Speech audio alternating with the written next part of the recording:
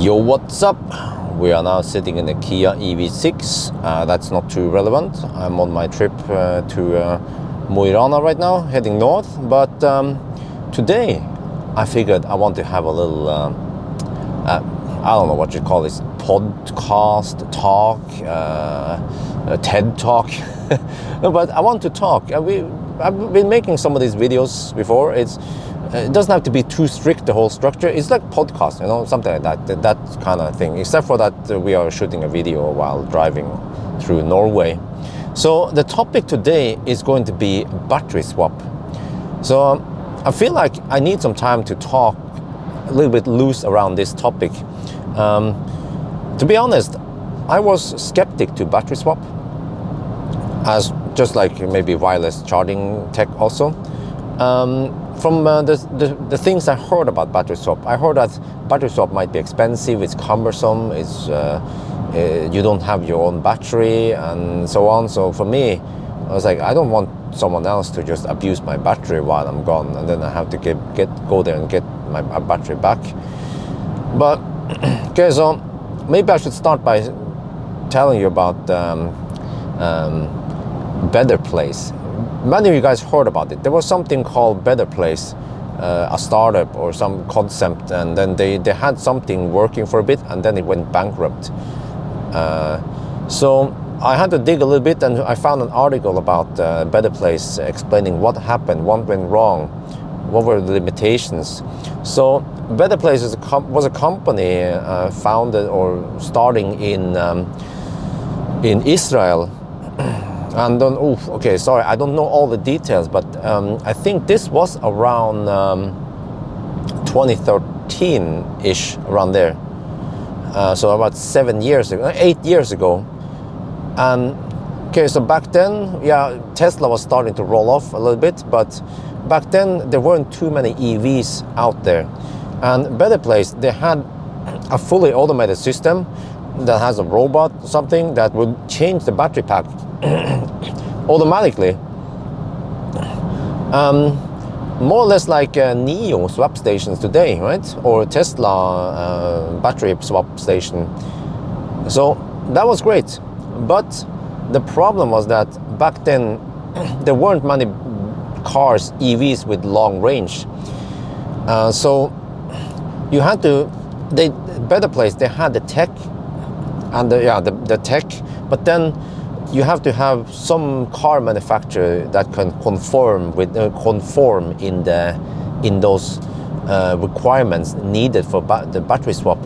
And Renault was one of the companies, so they went in with Renault Fluence, which is, I actually don't know all the history behind Fluence, but from what I've seen it in real life a couple of times, and it doesn't seem like it was built to be an EV from the start. For example, the trunk space is quite bad.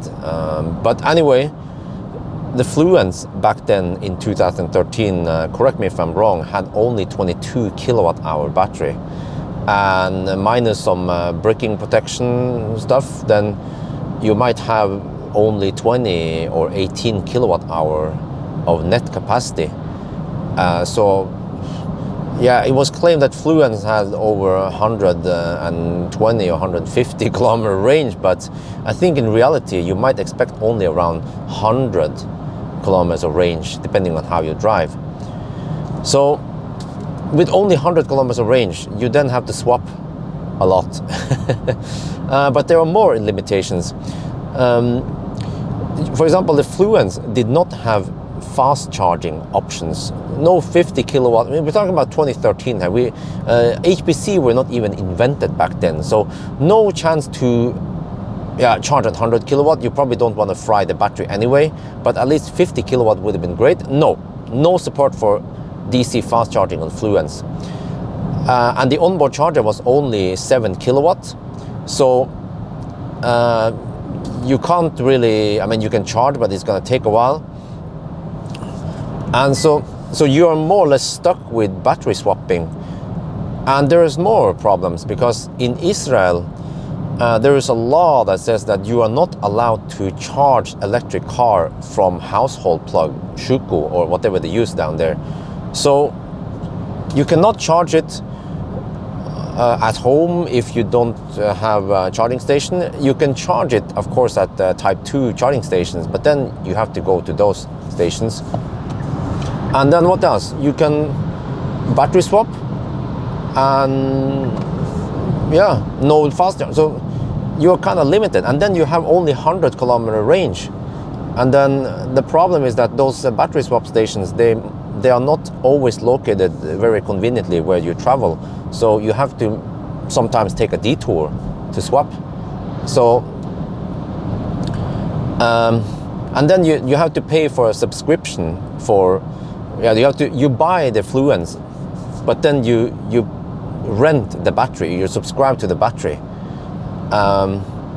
And then it became maybe not always a good deal economically when you take in account the subscription price plus the car's price and the limitations with charging or the lack of charging options. Then and plus that, Israel was also not very EV friendly, or they didn't have many good incentives trying to convince people to move into electric. So all those things combined with a policy in the country, also the limitation in the car back then, and also it wasn't the most practical and sexy car that people really wanted to use. So that's probably why they went bankrupt after some years. And that's a story about the battery swap tech that went wrong. And then what about Tesla? Well, Tesla also had battery swap. They demonstrated it, how fast it was. I even visited the battery swap station at Harris, I think it was Harris Ranch in America. But it was not operational. So back then, yes, Tesla had something promising. Battery swap, super fast. You can swap 2 cars by the time you fill up a big 90-liter tank in an Audi A8. But the problem, again, with Tesla is the timing. Because when they introduced battery swap in 2000 and, when was this? 14, was it? Something like that. And back then, every Tesla that was sold had free supercharging anyway. So why do you want to? And then, but if you want a battery swap, you have to pay for it. I don't remember how much it was. Maybe let's say wild guess $30-40 for the battery swap.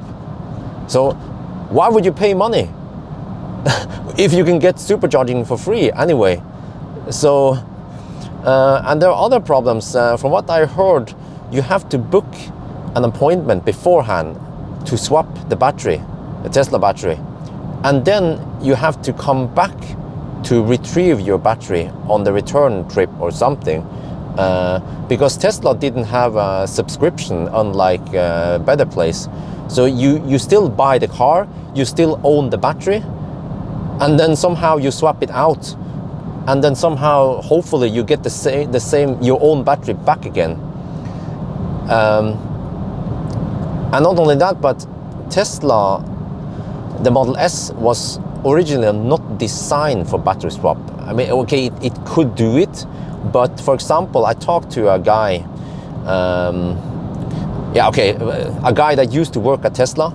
He told me that the bolts, for example, the bolts that holds the battery pack in place, they have different sizes, some of the bolts, and they might not be designed for screwing and unscrewing a lot, but just the fact that it has different sizes makes it slightly more cumbersome to operate and swap. So actually, I don't know too much about what really happened with Tesla battery swap, but I guess the fact that people had free supercharging kind of killed it.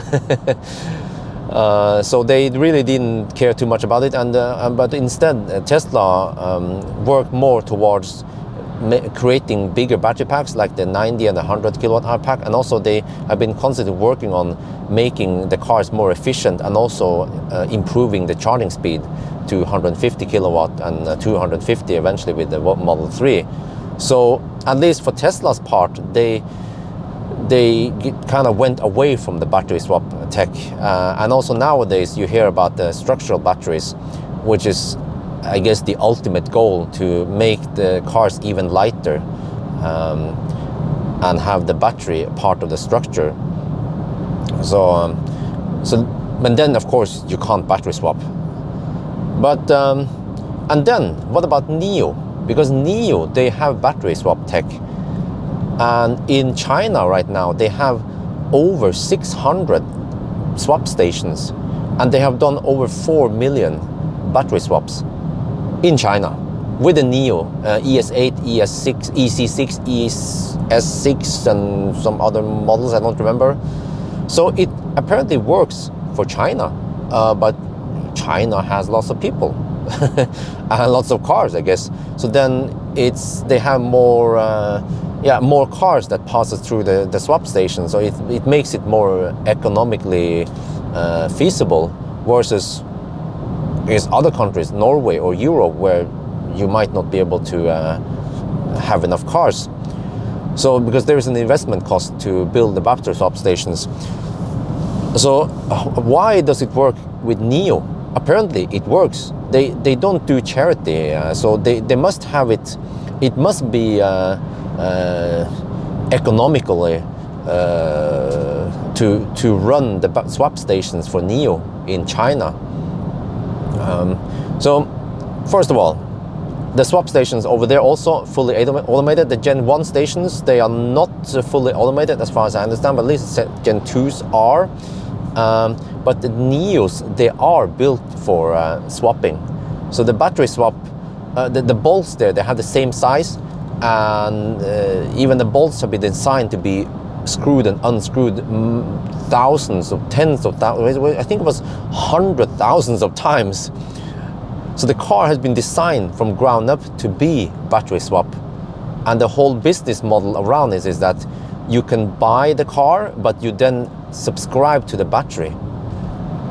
And you also get some included energy in the battery per month. But that's the core business model, that you don't own the battery. And for Tesla's case, for me and many people, when you own something, you of course want to try to take care of it. Well, at least most people do. So you don't want to abuse the battery by charging it too high or too low, or fast charge too much. So that's why I guess you don't want to swap it out with something that you don't know how the heck has it been treated. But I think you have to change the mindset, because if you have a barbecue, a gas barbecue, you will have to use this gas container, and in the gas container you don't care about which container it is, you just want the gas. And that's actually the same thing you have to think about for batteries, that you're only interested in the energy, the electricity in the battery. The battery pack itself is just a container, a bottle or something that you just subscribe to. It has to be there. So once you think like that, then actually it makes more sense. Okay, you have the battery. NIO, they take care of maintaining the battery. If there is a fault in the module, they will of course take it out, and they will then replace it and put it back in again, so it's fully operational. So you don't have to care about battery degradation or failure or warranty cases like that for battery. So that makes more sense. And what else? So in a way, somehow NIO managed to make it work, mainly because they have so many cars in China. And what about Europe? Well, I think Norway is the first country that it would also work with, because we don't have that many people here, like over here you see, but we have high density of EVs, especially around Oslo or the big cities. So it will work over there. But then what about the cost? It must be really expensive to keep a battery swap station up and running. Well, I heard at least that some guy claimed that a battery swap station, the Gen 2, or I'm not sure if he refers to the Gen 2 or Gen 1 station, but claims to cost around 2.4 million NOK, or let's say around 250,000 euros for a swap station. That's not too bad, because a Gen 2 station can hold 13 battery packs, and it can swap 12 cars per hour. And 12 cars per hour getting full charge, 100%, is equivalent to around 6 to 12 high power charger stalls, depending on how you see it. And 6 to 12 charger stalls, high power charger stalls, that's big. Just many Ioniq charging sites, they have around 6 to 8 stalls.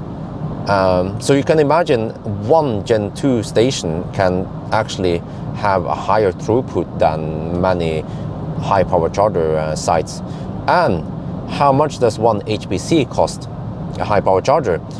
Again, I heard I got some numbers from some friends that works in that industry, or those companies, and apparently one HPC costs around 100,000 euros when you count the charger itself, the concrete foundation, the power from the grid, digging, whatever, shed, all that. So you have to expect around 1 million NOK or 100k per charger. So then that means that an equivalent high power charger location will then cost 600k to 1.2 million euros. Compare that to the NIO swap station, and the swap station becomes way cheaper. And also the swap station takes around, from what I've seen, 4 to 6 parking spots. And then, yeah, so it means that the swap station could be cheaper to install and maintain. It takes up less space, which is very important in China. And what else? Wait time. Well, that's also the beauty of it. You will then, if there is no queue, it will take around 5 minutes, and then you're back on the road with full battery. So, what then? Yeah, but this sounds too good to be true. Like, Bjørn, were you paid by NIO for saying this? No, of course not. I was paid by you guys, my patrons, and by YouTube. So I was skeptic to battery swap, but the more I learn about battery swap for NIO, and also the more I learn about what happened with Better Place and what happened with Tesla battery swap, then I've come to realize that battery swap might actually work in Europe, Norway also. I mean, apparently it works in China, right? So you can almost say the same thing about fossil heads who are skeptic to EVs. They'd be like, "What? But we heard that the EVs take long time to charge." You know, they never heard about. They had never seen a Taycan charging session, or even. I'm just sitting in the Kia EV6. EV6 also charges blistering fast. They never heard about how fast it can go. They only heard about the cases where cars take several hours, or they take 10 hours to charge up. And they also heard about, what about charging queues? Yeah, that happened. Yeah, but charging queues happen sometimes, depends where you live. But it's not like the daily routine that you have to queue up to charge. So what I'm saying is that some people don't know too much about EV in general, so they think it sucks or it doesn't work.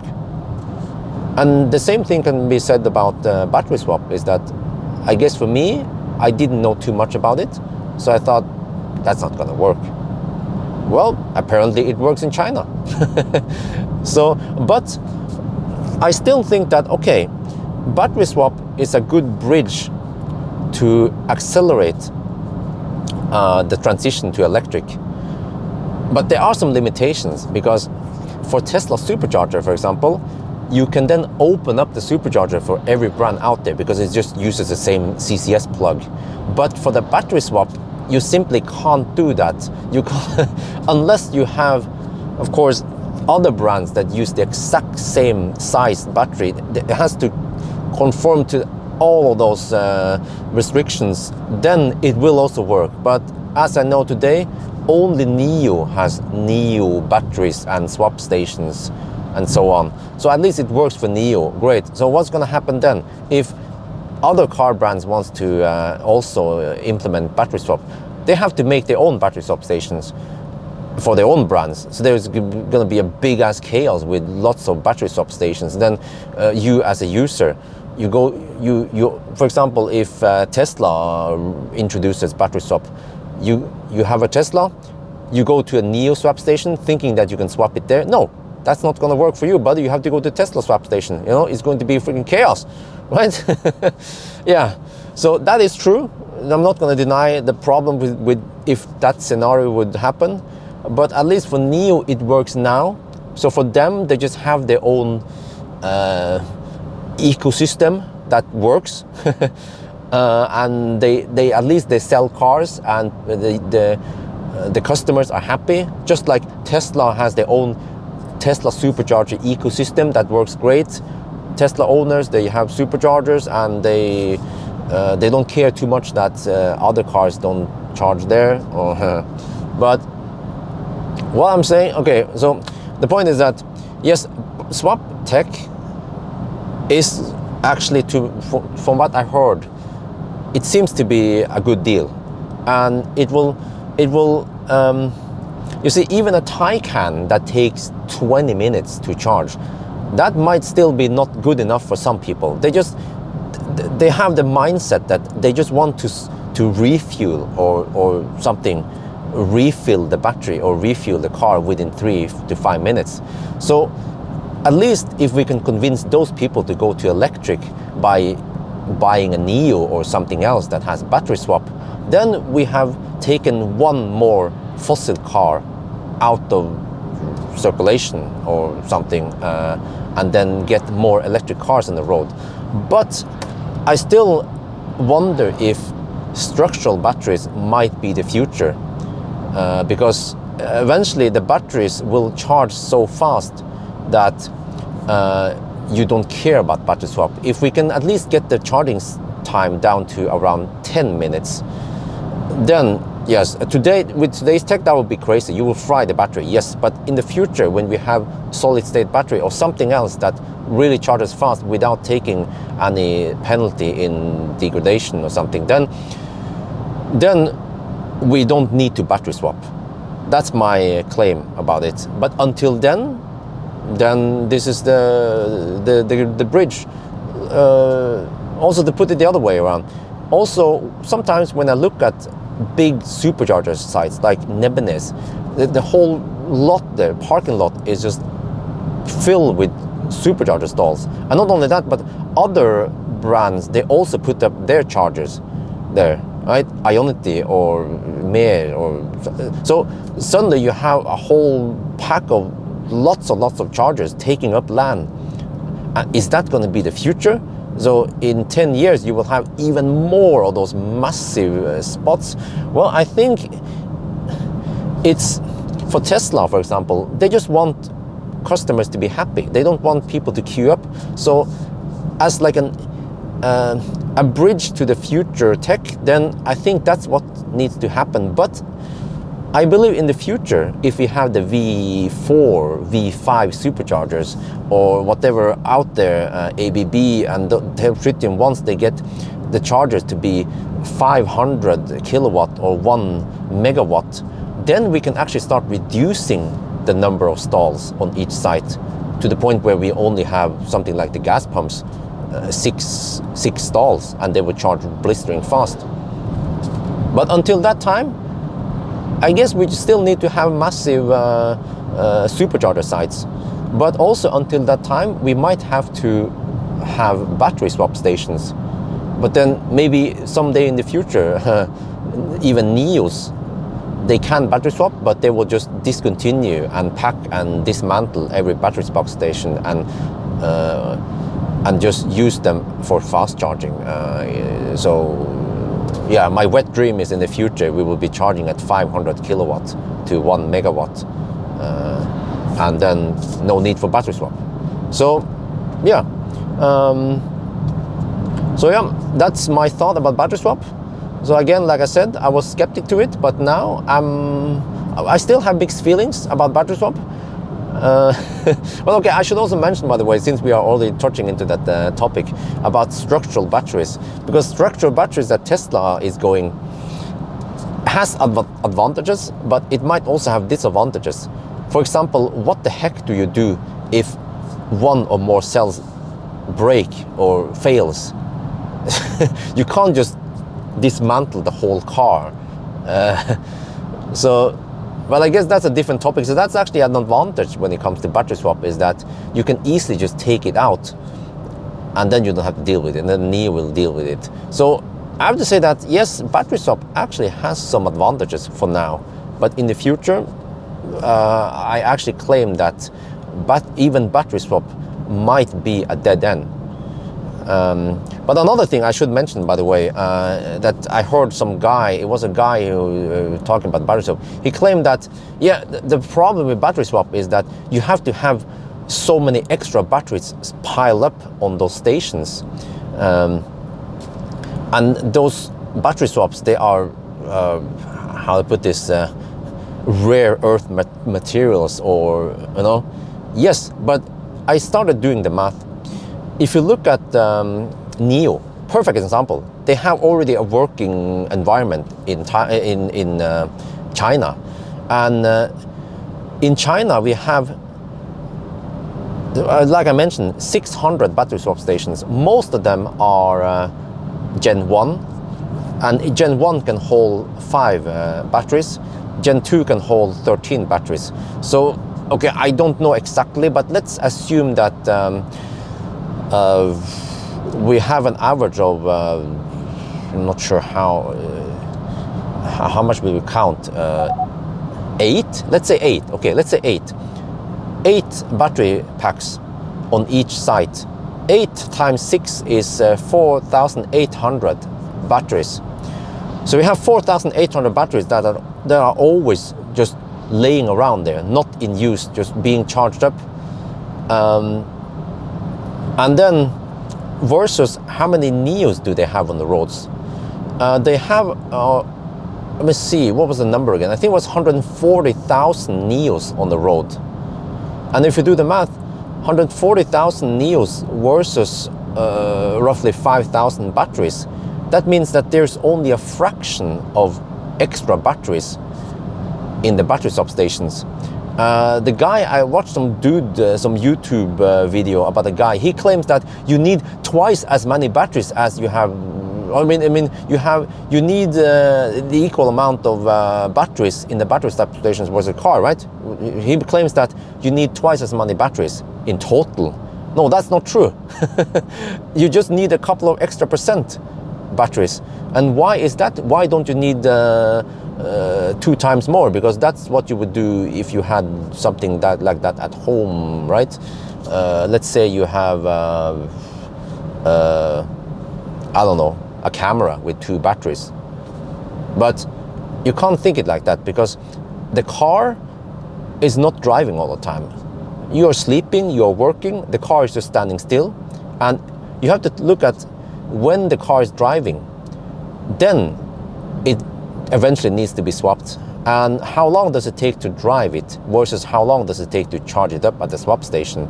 At the swap station, actually the Gen 2 swap station has a 1250 kVA feed, which is roughly 1.2 megawatt.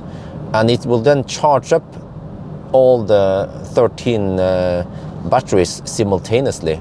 And it will usually take around 1 hour to charge it up. Okay, so we need 1 hour to charge it up versus, well, when you're actually driving, you will then need at least 3 to 5 hours to discharge it.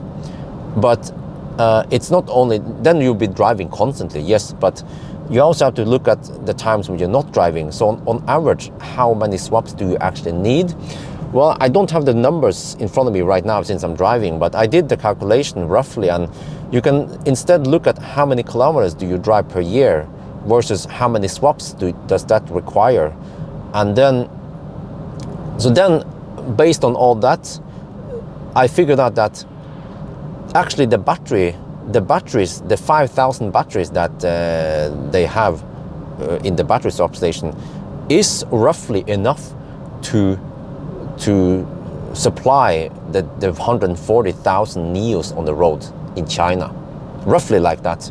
So yeah, so at least that part we don't have to worry about at all. But you have to bind up so much material, so much battery packs just there for nothing.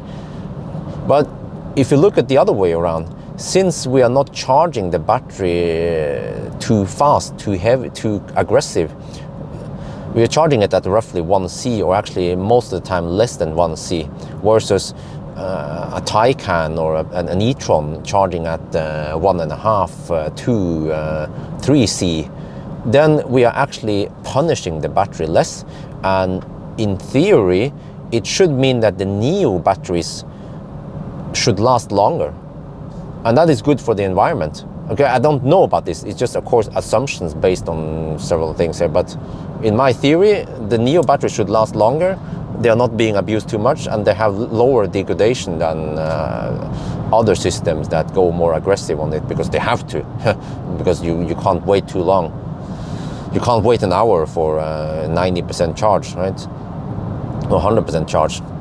So yeah, it was a long ramble. I tried to give you guys all the information about the battery swap tech that I know of, and of course a little disclaimer, I might have said something wrong, details about Fluence or battery swap or the better place, but so I guess you guys can correct me. But okay, so I think that's gonna be it for now. Yeah, hope you guys enjoy this podcast. So wait, what, man, I totally forgot how am I supposed to say this.